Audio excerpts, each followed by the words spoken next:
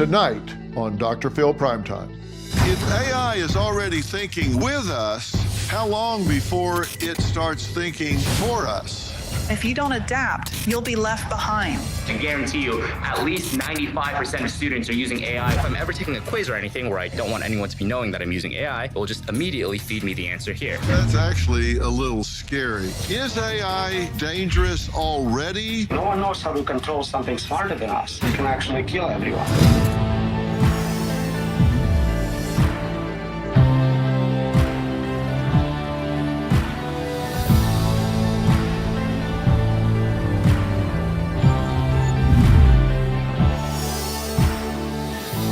You're all seeing and hearing about artificial intelligence. Well, it isn't coming, it's already here. And it's not just changing how we live, it's starting to redefine what it means to be human. From ChatGPT to facial recognition, driverless cars, and voice assistants like Alexa, AI is helping us write, shop, plan, decide, and in many cases, think. AI is already creating art, music, and even videos and movies that look and sound exactly like us. In some cases, it can replace you, outperform you at your own job. And did you know that AI can report you to authorities and whistleblow? Some say it's progress. Others say it's a takeover in not so slow motion. Millions of jobs are already gone. My boss had been talking about how much he's been using AI and how productive it's made him on development tasks.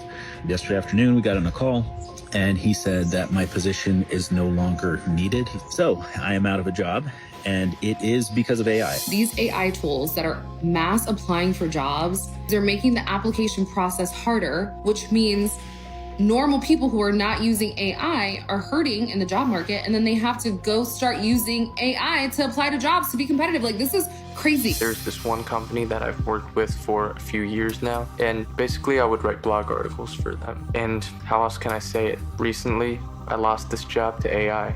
AI is coming to even the jobs that require some level of human creativity, like writing. It's crazy that ChatGPT can even do that now. I can try my best, but can't possibly compete with the pure efficiency of it, and neither can anyone really. Some experts warn we could be heading toward a future where there's simply no place left for us, for people.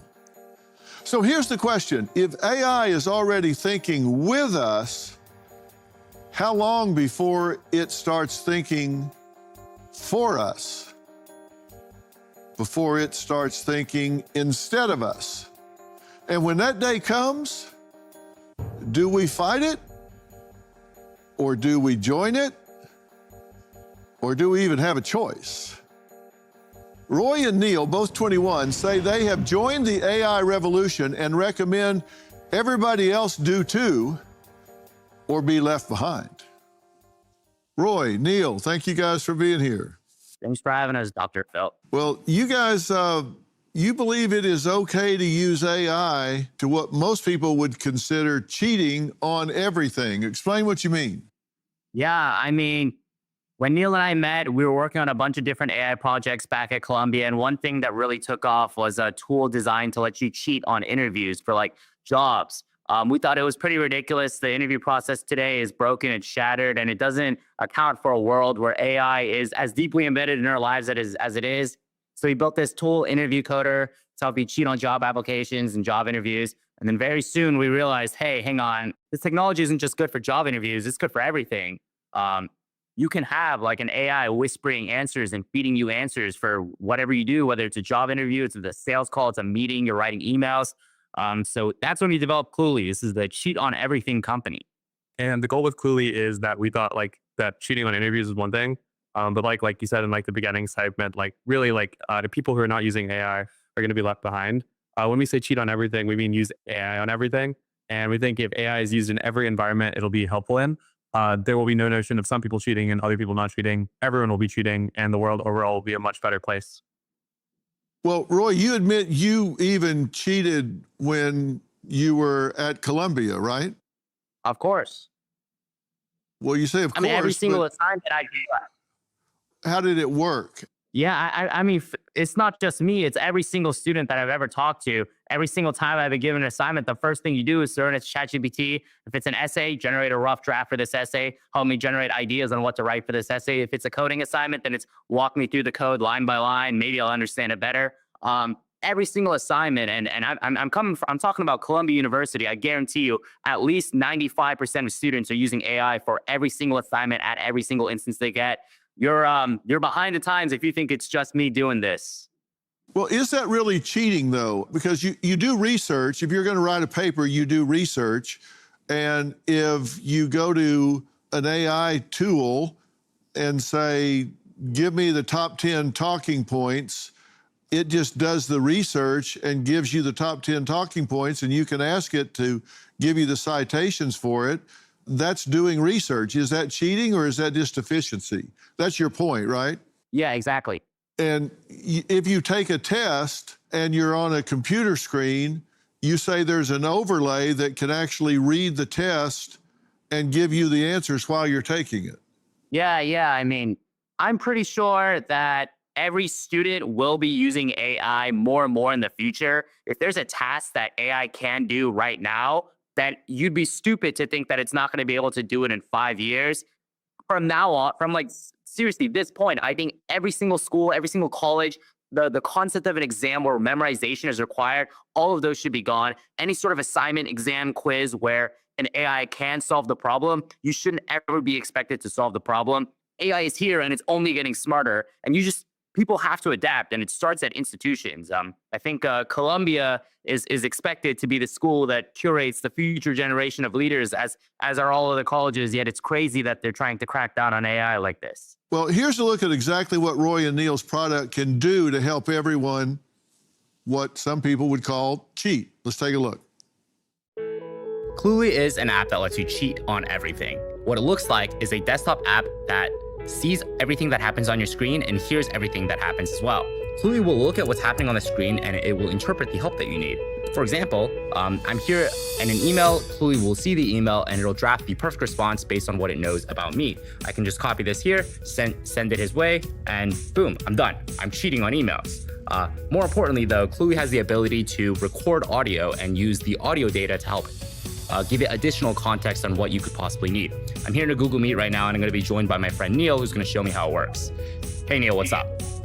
Hey, Roy. So could you tell me more about Cluely's pricing? Yeah, for sure. Cluely's pricing model is pretty simple. We charge based on a subscription-based model. So we do monthly subscriptions for $20 a month. So as you can see, it immediately interpreted based on what it heard from the meeting, what help I needed. One of the most powerful features that we have is that it's completely invisible to screen share. So if I share my entire screen on Google Meet, you'll see that you can see Cluely here.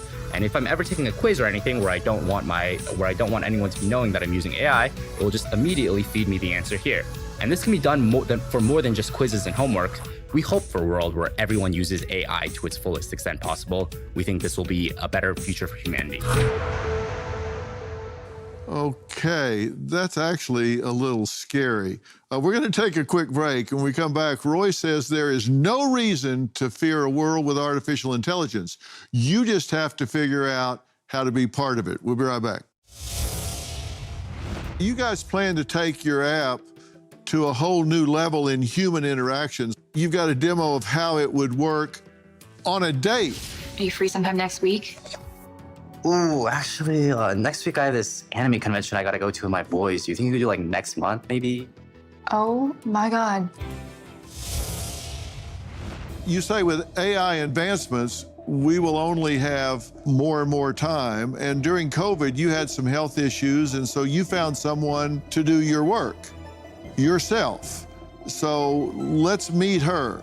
Dr. Julia McCoy, good to have you here. How are you today?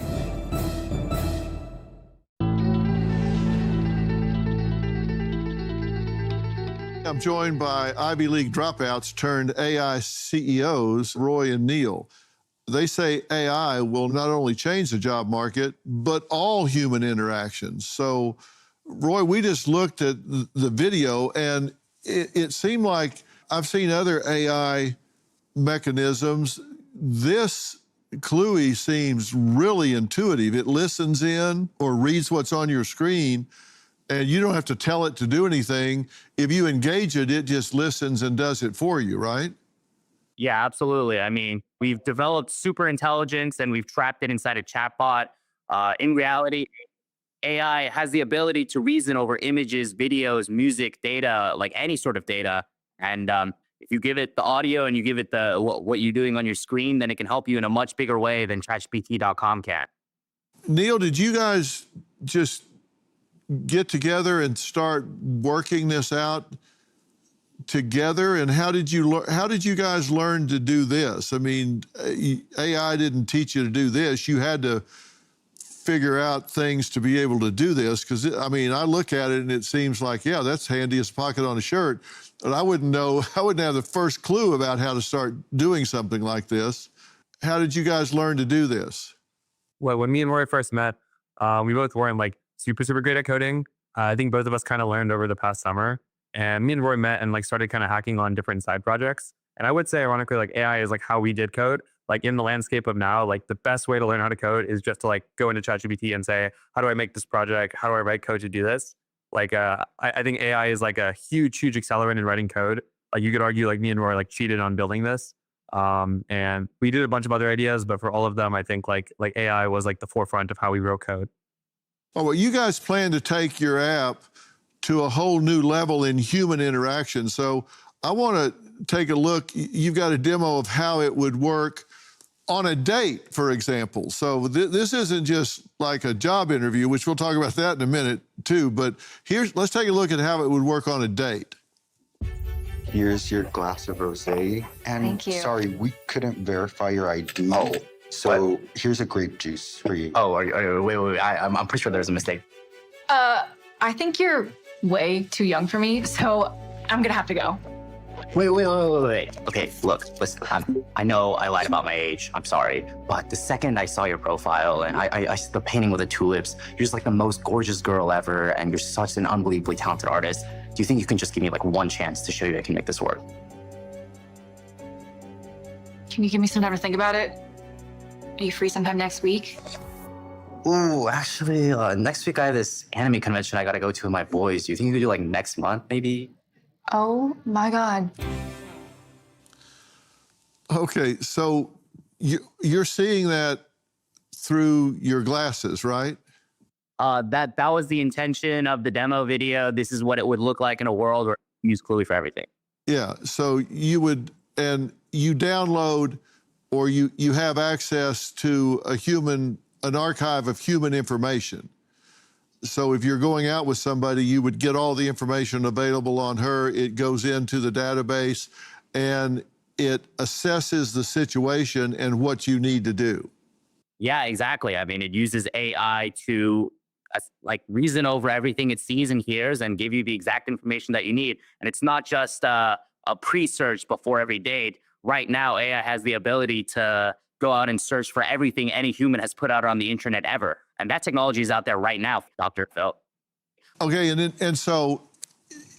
you think this will be intuitive enough to know what would fit in a given situation. And you've actually used an earlier version of this app to get a job at Amazon, and you posted that up and it got viewed, what, like 200 million times? Yep, exactly. Yeah. And when you posted it, you were at Columbia at the time, right? Yeah. What did they think about it? I mean, yeah, so I post this video of me using the earliest version of Cluey to cheat on a job interview at Amazon. I get the job and I post the video online publicly of me using the time to show everyone, hey, look at this technology that I built that will literally let you get free six-figure jobs. It's so easy. Amazon sees the video, they get extremely upset, and then they send it to Columbia, essentially saying, hey, we're really mad at this. If you don't expel this kid, then we're not going to hire anyone from Columbia anymore. I see that letter, and I'm pretty upset because Columbia starts looping me into a big disciplinary hearing process. And obviously, I'm upset because, Columbia is supposed to be training the future generation of leaders. And I thought as like an Ivy League institution, if anyone was going to openly embrace their students using AI for various purposes that have nothing to do with the school, it'd be Columbia. But Columbia looped me in, they put me on academic probation, and things escalated, and they eventually suspend me from the school entirely. So currently, I'm on suspension from Columbia, but I think that's ridiculous. So you think everybody needs to get with it or they're going to be behind. Neil, what do you think? Where do you see this going in the next few years? Yeah, I mean, I think exactly what you said, Dr. Phil. Like, I think all the clips you showed at the beginning are cases where AI is like replacing people. And I think me and Roy think there are very clearly two universes. Like the way we see it, like the way AI is going, like AI is going to replace people. Like AI is going to take jobs, AI is going to write essays, it's going to do finance jobs, law, it's going to do everything. And that's like not a good world for people. But the world we're trying to get with clearly is like a one where AI is supercharging your thoughts. It's like a screen that supercharges what you're doing and helps people perform at a better capacity versus replacing them. And we think this universe makes a lot more sense because people are funny. Like no AI is like hilarious. Like that's not something that exists. No AI has creativity, and we strongly think like there's like a huge value in humans in a world with AI. But if humans are wasting their time memorizing facts, like people are going, like kids are going to school and studying for tests, not cheating on every test, like they're not being leveraged in the right way. They're like competing directly with ChatGPT, and that's a losing game. But we think a game that's a winning game is where people are getting charged, and that's what Clearly does. Well, I've got to say, I've done like 4,000 hours of television. I've written like 11 books, which are 300 pages apiece. So, you know, I've got over 3,000 pages of content out there that's been super tightly edited. I can't remember everything I wrote. I can't remember everything I wrote in a book in 1998, but AI can. It has perfect recall. So if I want to know what I said about custody fights between parents, and it's something I researched and really dug down on, I can go to AI and it can tell me what I said a lot better than I can remember what I said. So there's no doubt that there are efficiencies that come with it. So I'll grant you that. All right, look, is AI here to help us or replace us? We're going to talk to an AI expert who says that the technology that's coming may improve life, but erase the way we live it. We'll talk to this individual when we come back. I've never been in a self-driving car. I know they exist. I think there's even a button on a few cars that I've been in or even have owned. And I guess I'm old-fashioned. I haven't had the guts to push that button and just lean back and let it drive.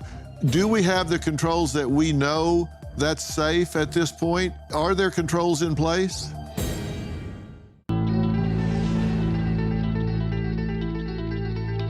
AI isn't just in your inbox or on your wrist anymore, it's everywhere.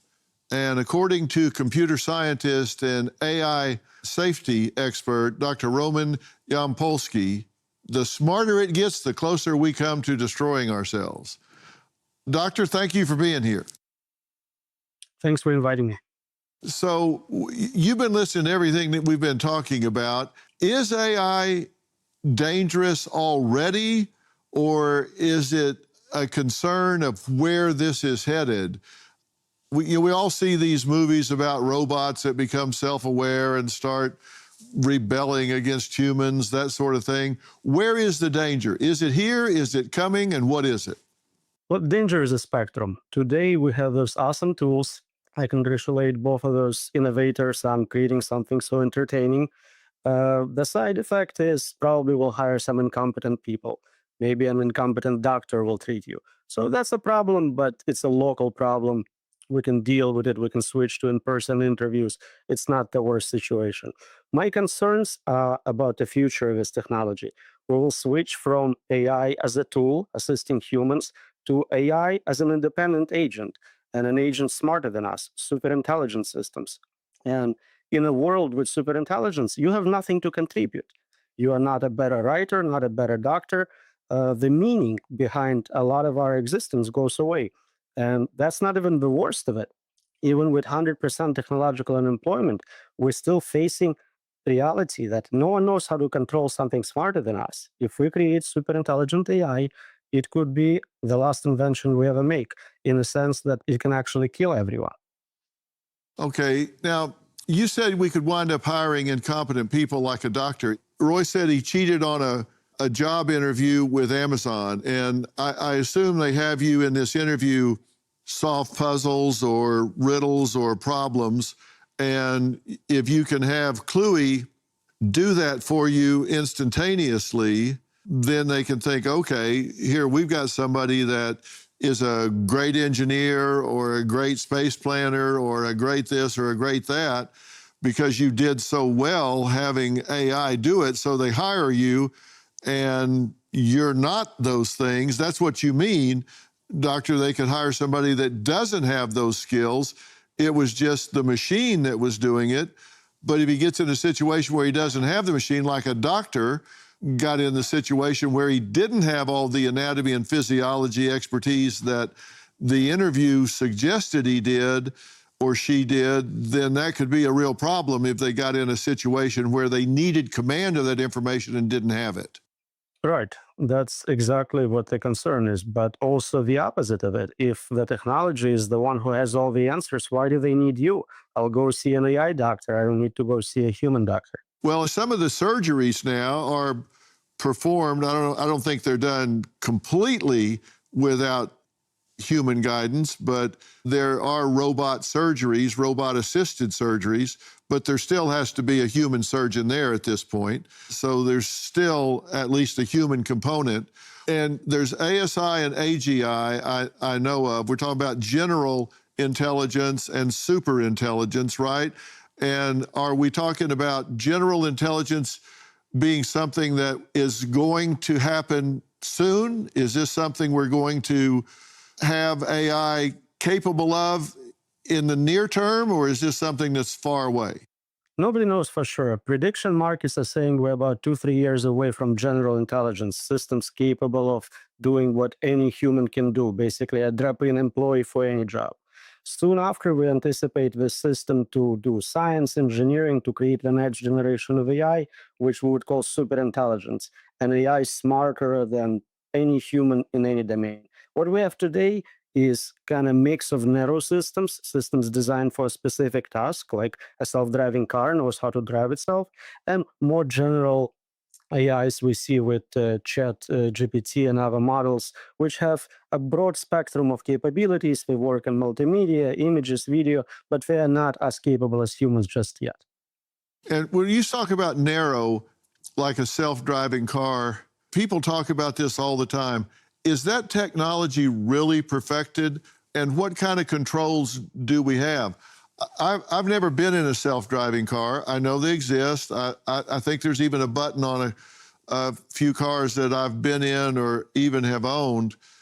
And I guess I'm old-fashioned. I haven't had the guts to push that button and just lean back and let it drive.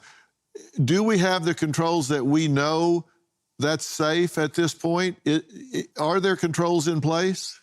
I can't blame you for being careful. At this point, really, the quality of self-driving car depends on the environment.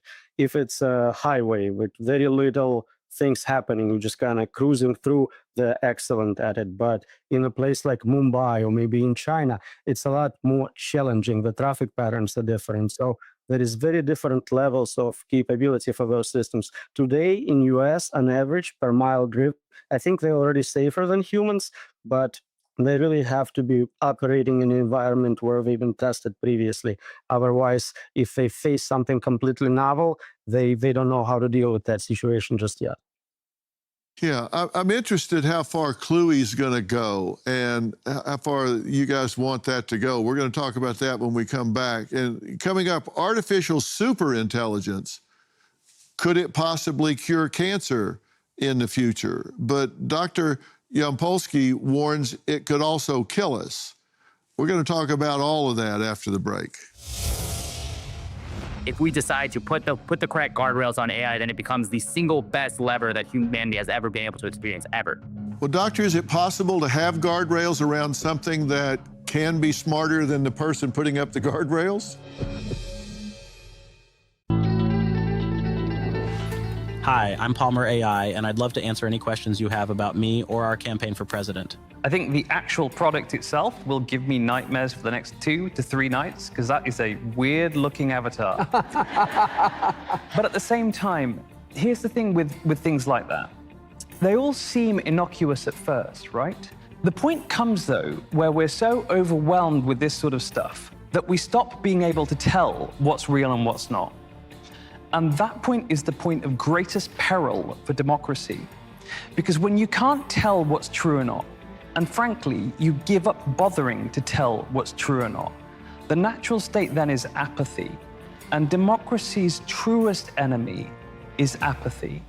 AI safety researcher Dr. Roman Yampolsky says that even though he works at a university, young people today need to consider whether they even want an academic career anymore. Is that because we're not going to need a store of information on our own because we can call it up? Why do you question whether it's worth the money and the time?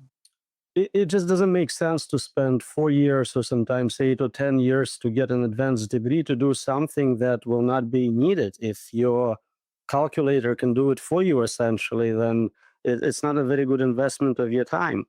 I have a PhD student who recently came to me and said, I think AGI is coming in a few years. I don't have time to finish my PhD. I'll go with a master's. I'll see what happens. But this is just a small portion of the concerns we should have about this advancing technology. Losing your job, losing your meaning is what we call ikigai risks. The societal risks, they can lead to a lot of unrest, but they're definitely not the worst we can expect from this technology. Superintelligence would be a great scientist. It can create new biological weapons, nanotech, invent new types of weapons, new types of physics. So there is also concern about existential risks, meaning everyone is dead. And that is not the worst. We also think about suffering risks, situations where AI creates essentially digital hell, where you wish you were in a situation with existential risks. It's just not something we fully understand yet in terms of what it's capable of. And no one, including people creating those systems, fully understand how they work. They cannot explain specifics of their decision making, predict what they're going to do, or verify that they will not engage in certain behaviors. Neil, Roy, do y'all think about any of those concerns or considerations in doing what you're doing with Cluey? I think if you went back in time 400 years and showed a blacksmith what a steam engine was and told him about all the potential risks and dangers of a steam engine, he would be scared shitless. But in reality, thanks to the steam engine and the Industrial Revolution, we're able to enjoy a quality of life that people 400 years couldn't have even dreamed of. I think every single time in history, it has always been shown that technology is the solution to the problems that technology causes. AI is capable of all these risks, but a greater AI is also capable of curing cancer, curing Alzheimer's, sending us all to Mars and finding life in different universes. I mean, AI is capable of very bad things, but a tool is only used in as good or bad a manner as its owner decides to use it. And if we decide to put the correct guardrails on AI, then it becomes the single best lever that humanity has ever been able to experience, ever. Well, doctor, is it possible to have guardrails around something that can be smarter than the person putting up the guardrails? Correct. That's the big question, and the answer is no. We're not creating a new tool. We're switching paradigms. Historically, yes, we had invented fire and wheel and even nuclear weapons. Were always tools some human had to control, had to make a decision.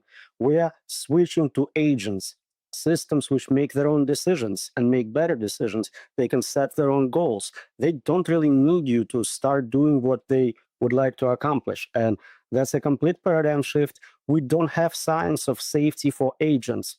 Think about humans, a human safe. We invented morality, religion, lie detector tests. None of it helps. We still have criminals. We still have people cheating on exams, betraying companies. So no, it is basically a given that an agent cannot indefinitely control something much smarter. And what do you mean by agents? So a tool requires someone else to apply it. It doesn't make its own decision. A gun is a tool. Guns don't kill people, right? People with guns kill people. A pit bull is an agent. A pit bull can decide to attack on its own. No one else controls the actions of a pit bull perfectly. Okay, I got you. And I've got a question about the morality of this in a minute. And I think we may have already faced this on the downside. And I'm curious how the three of you think about this. And we're going to add someone else to the conversation. A woman who says AI's doomsday talk is just fear-mongering, for clicks and clout. Her take on the future with AI might surprise you. We'll add her to the conversation after the break. Well, we just had an AI demo fail miserably live on TV. It couldn't even remember the answers. It was spoon-fed. We're not fearful enough. We're about to create technology capable of destroying humanity. And neither from political point of view in terms of governance, not in technology, we're capable of dealing with it properly. So if anything, we need a lot more fear.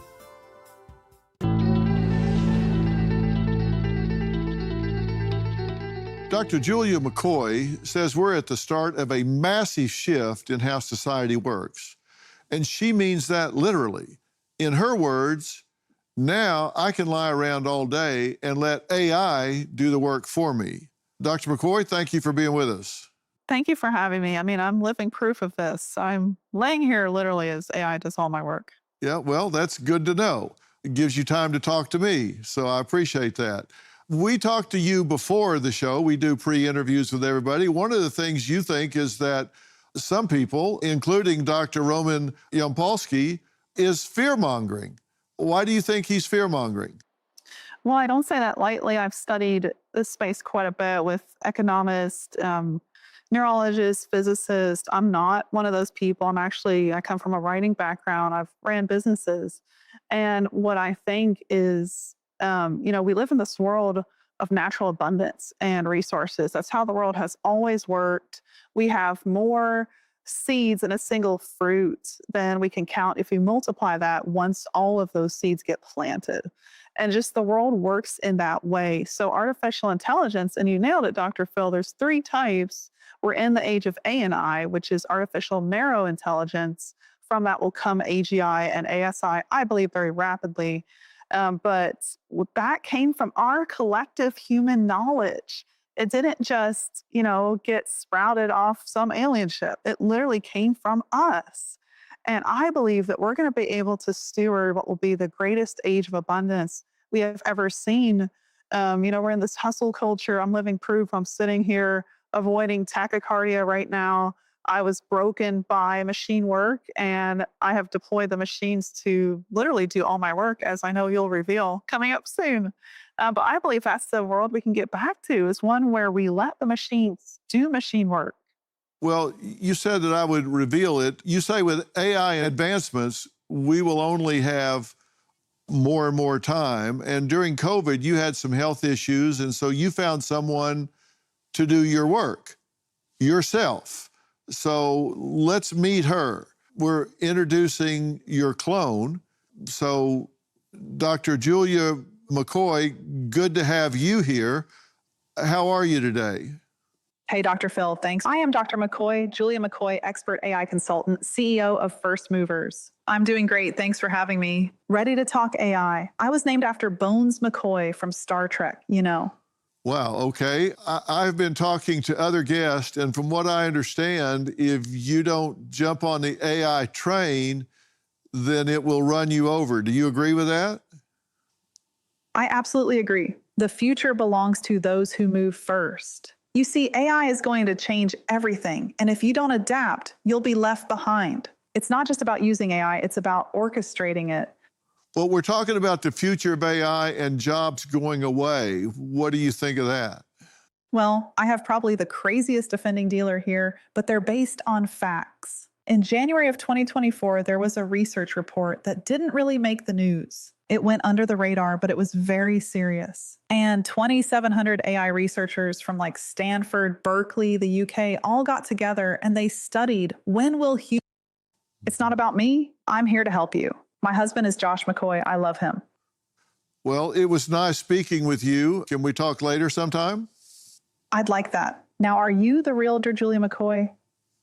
Well, she did a pretty good job there, Doc. Well, I'll admit there were some glitches. We had to program it to tell who my husband was because we had a lot of people trying to interact and say, will you marry me? So just FYI. Yeah, okay, I understand.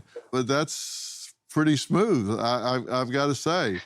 We have to take a break. How do we know that AI in the future will be the amazing opportunity Dr. Julia promises it to be? Next.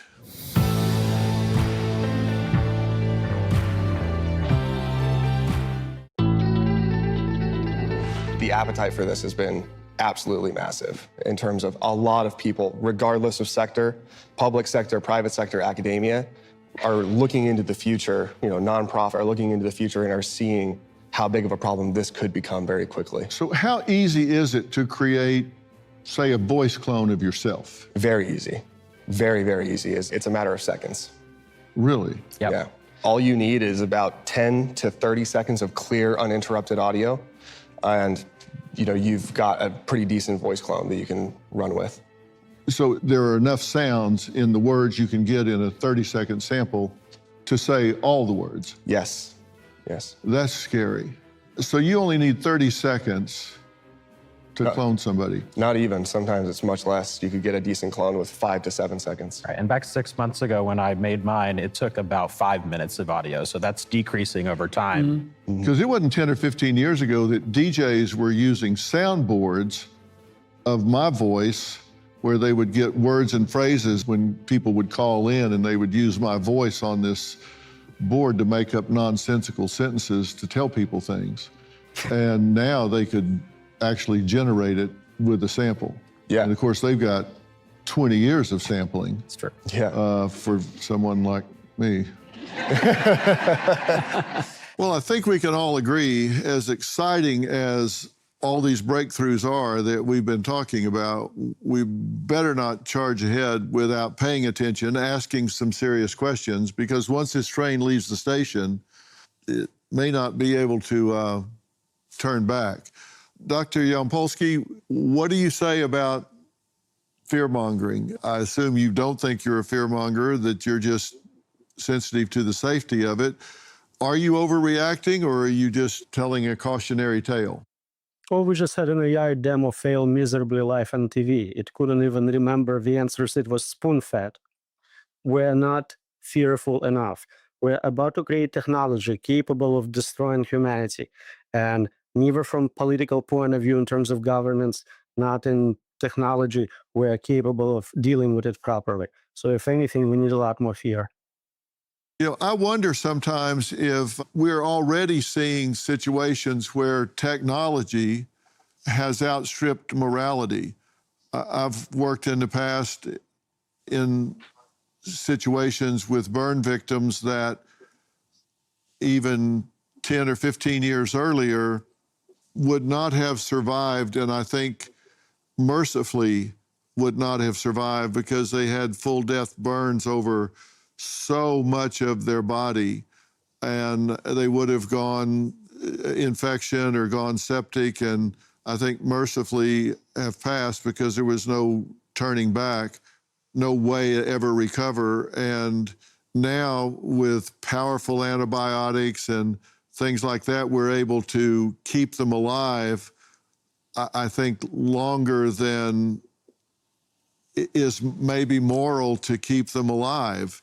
And I wonder sometimes if medical science has outstripped morality.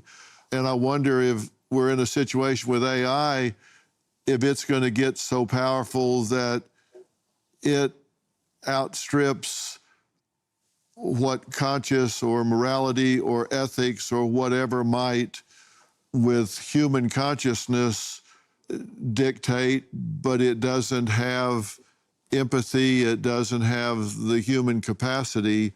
And I get the sense that that's some of what you're talking about if we lose agents. It is part of it. So I love technology. I'm a computer scientist, I'm an engineer. I love AI. AI is amazing. It will make our lives better. We need to create tools for solving specific problems, cure cancer, help us with green energy research. But those are narrow, super intelligent tools. We have a great example of solving protein folding problem using nothing but a narrow AI system. We should not create general super intelligence, which can replace completely, which can outcompete us. It basically is going to be a fight. They are smarter, they have perfect memory, they are immortal for all purposes. We will not win that fight. So whatever we're talking about, short-term impact on economy, impact on meaning, jobs, purpose, we don't have any solutions for providing unconditional basic meaning. People talk about unconditional basic income, unconditional basic property rights. Yeah, you can provide welfare for everyone. Can you imagine the state of a world if everyone is in that state? We'll have abundance, but it's important to preserve meaning and preserve safety. We need to still exist as a dominant species. We need to be in charge. We need to decide what happens. If you're creating superintelligence, you remove yourself from a decision control point. You no longer have an undo button. You cannot put the genie back in the box. And it's not just me saying it. Look at Nobel Prize winning founder of machine learning as a concept. Look at Turing Award winners. We had thousands of computer scientists sign a letter saying this technology is as dangerous as nuclear weapons. Every AI lab, large AI lab from Google, from Microsoft, OpenAI, Anthropic, they all have safety teams. I meet with those people all the time. They are saying they have nothing in terms of being able to control superintelligence. Not a prototype, not a patent.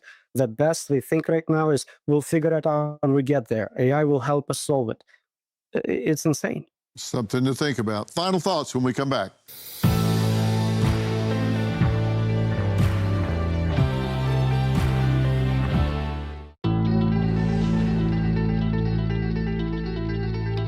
Well, I don't know about all of you at home, but I have found this conversation inspiring, intriguing, and inevitable.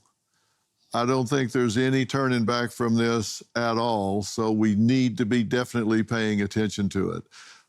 I want to thank my guests, co-founders of Cluey, Roy Lee and Neil Shomugam, Dr. Roman Yampolsky and Dr. Julia McCoy. Thank all of you for being here tonight, and we will see you next time. Good night.